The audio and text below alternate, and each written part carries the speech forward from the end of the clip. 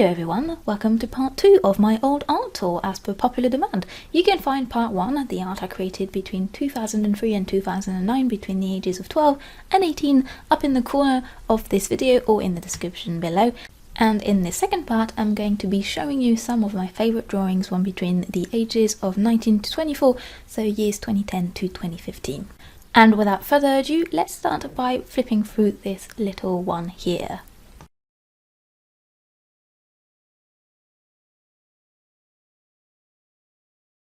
This sketchbook was one of two main sketchbooks I used in 2010. This one was my creature sketchbook, so everything in here was just monster and creature sketches. At the time in 2010 I was getting more and more serious about the idea of becoming a prosthetic makeup artist, and particularly thinking about becoming a creature designer. Creatures were always something I had a lot of interest in. If you've seen my part 1 of my old art, you'll have noticed that already.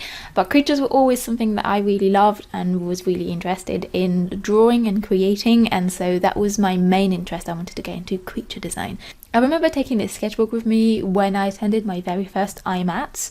IMATS is an international makeup artist trade show that comes to London once a year, and there's a lot of beauty makeup in there. There is also a big prosthetic makeup section with a lot of the prominent figures of the industry that come for talks, and you can occasionally go up to them in between talks and ask them to review your portfolio or ask them questions, that kind of thing. And I didn't really know what I was doing. I didn't really know much about makeup at that point. I just knew that I was really interested in maybe pursuing it as a career. And so all I had really in the ways of showing my interest for it was this sketchbook in which I had drawn lots of creatures, and I took it with me like a like a really keen little student, and I carried it around with me and tried to show it to some of the people I dared show it to. So the note you may have seen in the inside of the cover on the first page was a note by Howard Berger, who is a prominent makeup artist in the industry, particularly US based, and he was there for this IMATS in 2010, and I was so thrilled to be able to talk to him, and he looked for my book and signed it for me, and I just remember that with so much fondness, because I remember myself being so young and being so happy to be at IMATS, and it was a big move for me because I am not a crowd person. I was not very independent at the time. I had just moved to England. It was the first time that I kind of lived on my own independently and moved out of my parents. I moved to a completely different country, and although I was already bilingual, I always spoke English pretty well because my dad's English,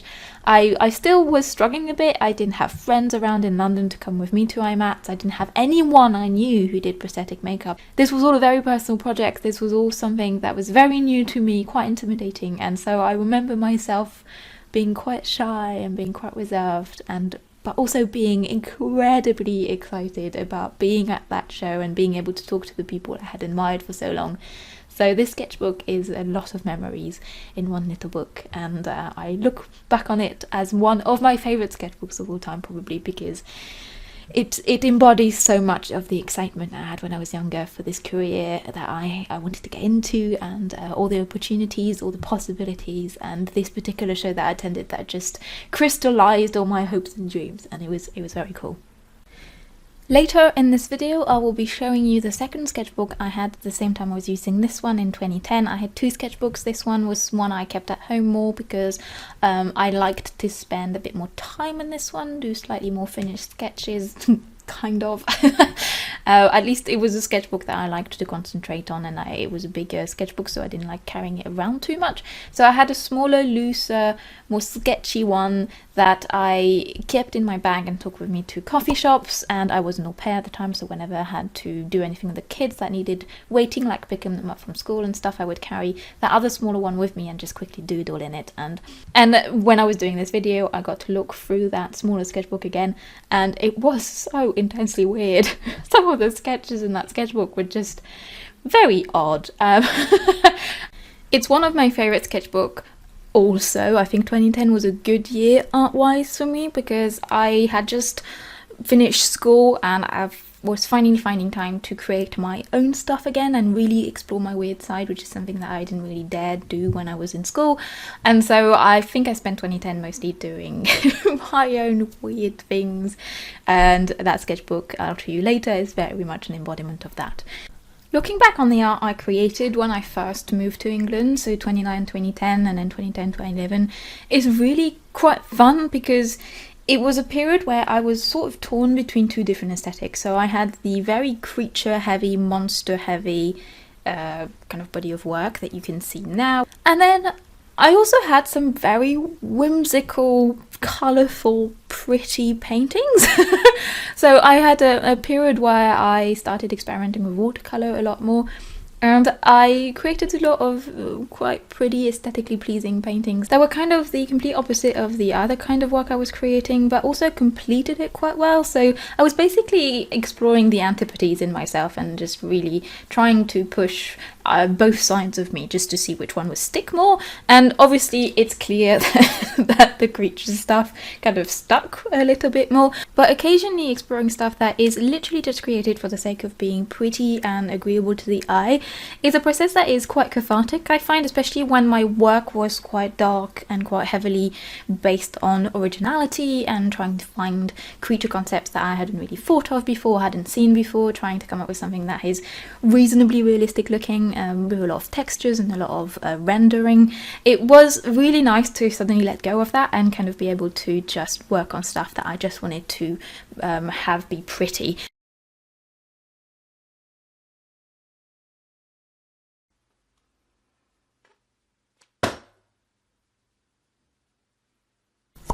And then finally, here's probably one of my weirdest sketchbooks I've ever done. It's a very weird mix of drawings and I love this sketchbook. I love looking for it. I love remembering every event that I kind of was going through while drawing in it. I think this sketchbook is particularly significant in my development as an artist because it was pretty much the first time I was starting to truly explore what I personally was very attracted to in art. So you'll see that there's a lot of surrealist stuff in this sketchbook, a bunch of just weird imagery that doesn't make much sense, and that was never really something that I had explored in depth at any point. It was something I saw tendencies of when I was reviewing my old art in my previous video, but at the time I was doing those drawings I didn't realize how important it was for me to have those surreal elements in my work, whereas in this particular sketchbook that you see here, it's definitely something I was starting to embrace a lot more. So I didn't have any pressure in this sketchbook. I didn't have social media at the time I had it. It was purely for me. I wasn't showing it to anyone. It was purely just drawings I thought were cool. It was very stream of consciousness stuff, so I would open up a page and didn't necessarily know what I was going to draw and would just start. And I sort of missed doing that. I think I might try and do that again because it was very cathartic and it reveals a lot about what you like making. I think for me it revealed a lot to me, my direction, a lot of my natural tendencies and a lot of what the things I was attracted to were. So I adore this sketchbook. I was in a really good state of mind when I was working on it. I had just finished school, done my A-levels equivalent, my baccalaureate. I finally didn't have to go to school anymore. I didn't have any homework. I was good in school when I was young, but I was depressed when I was in school. It was really, really difficult. I found it a really oppressive environment, and I didn't realize until I left it just how happy I was not to be in school anymore. And so this year after I finished my exams, this year where I moved to a different country, I wasn't living on my own. I was living as an au pair, so I lived in the family I was taking care of the kids of, and I got about £60 a week in money. So I didn't have any rent to pay or any transport to pay, and I got a small allowance every week, but it was the epitome of independence for me at the time, and this sketchbook reminds me of all of that.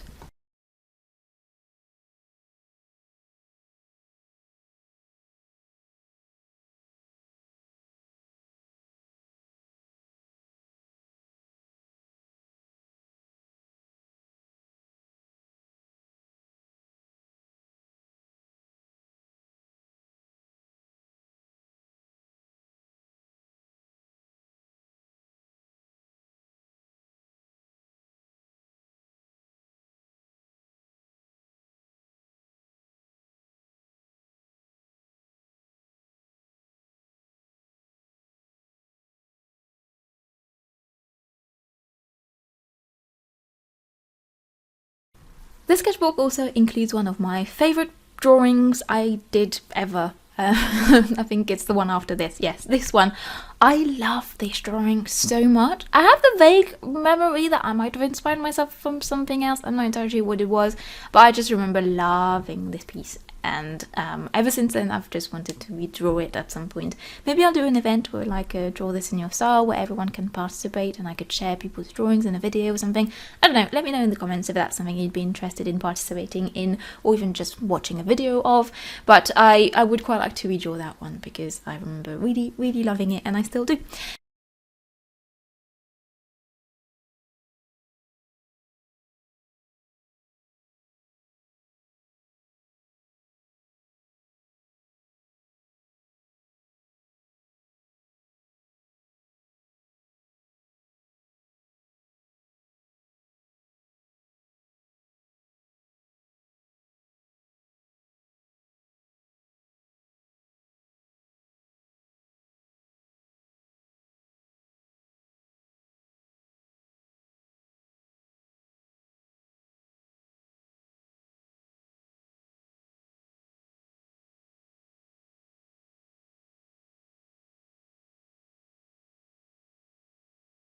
Around that time, I had a lot of little creatures that kind of represented myself a little bit. So I had a tendency of drawing these particular creatures, which you may have seen in like the loose sketches pile that I did earlier in this video.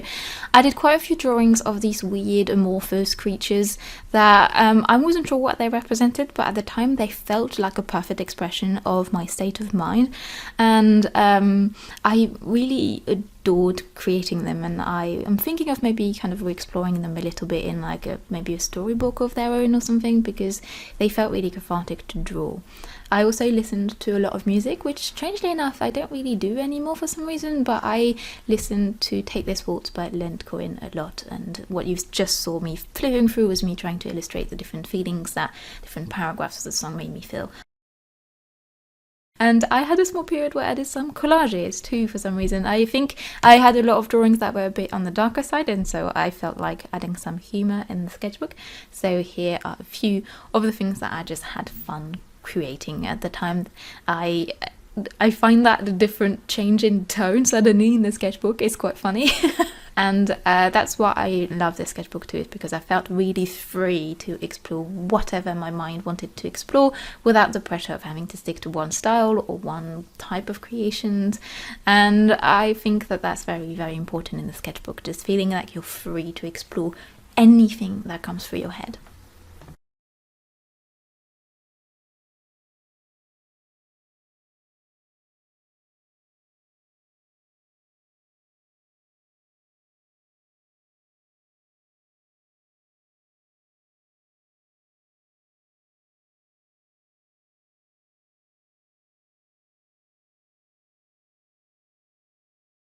And we are nearing the end of this video, the end of this sort of sketchbook tour, at least a flip through my past once again. I hope that you enjoyed this video. If you did and you haven't checked out part 1, do make sure that you go in the link in my description below or in the link at the beginning of this video. I really enjoyed making all these videos. They are such an enjoyable moment for me to just look back on who I used to be, and I hope that you guys enjoyed it too. I hope that you guys are all really well also. Quickly before we end, I wanted to let you know that I've updated the tiers on my Patreon. So I added a sticker tier, which means that you can now get 2 exclusive sticker design every month in the mail if you sign up for that tier. And I've also added an upper echelon tier for $35, in which you can get like an art package where you get an 8x10 print, a postcard print of one of my sketches, which is not something I usually do prints of, and the 2 exclusive stickers. And I'll soon have hopefully an enamel pin I can share, and I'll have an update about that, so you don't have to sign up now for that, but my patrons will get first access to that enamel pin once I've manufactured it. So yeah, if you're interested in supporting me via Patreon, it's the main medium through which I make my income, and it's the most help, so it's really, really amazing when anyone is able to help me on there. If you're not, it's also absolutely fine. There are tons of other ways you can support me if you want to. Just watching this video is a really great help anyway, so thank you so much for making it this far if you have. And if you enjoyed the video, do leave a like and a comment. I always love hearing from you, and I do my best to reply to your comments if it's put quite near the beginning of it being uploaded, because I try and hang out on YouTube after my video uploads so that I can respond to everyone that leaves comments in the first hour or two of my video going live. So if you're interested in having a chat, do leave a comment. Anyway, I'm rambling now. So this sketchbook is nearly finished. Thank you ever so much for being here with me and for hearing me ramble and for seeing all my weird art from a few years ago.